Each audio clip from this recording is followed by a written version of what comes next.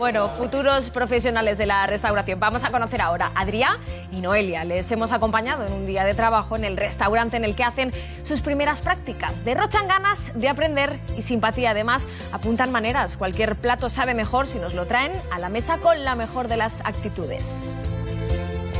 ¡Qué entorno tan agradable, Susana!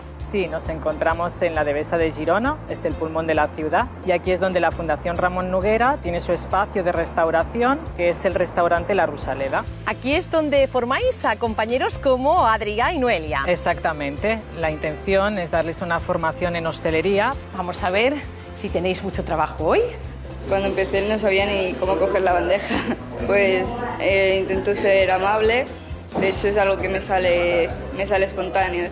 La cocina, estoy con el chico y estoy lavando platos. ¿Qué te gusta más, la cocina o la sala? Bueno, los dos. Pues ahora estaba ya cogiéndome los postres y me he cogido una crepe de naranja amarga con helado de vainilla. ¿Qué tal el servicio del camarero? Muy bien, muy buenos, muy atentos, muy amables. Laura, que estás muy atareada, hija. Sí, hoy sí. Pero tú eres la jefa. Sí, ¿Qué tal los muchachos? bien, van aprendiendo.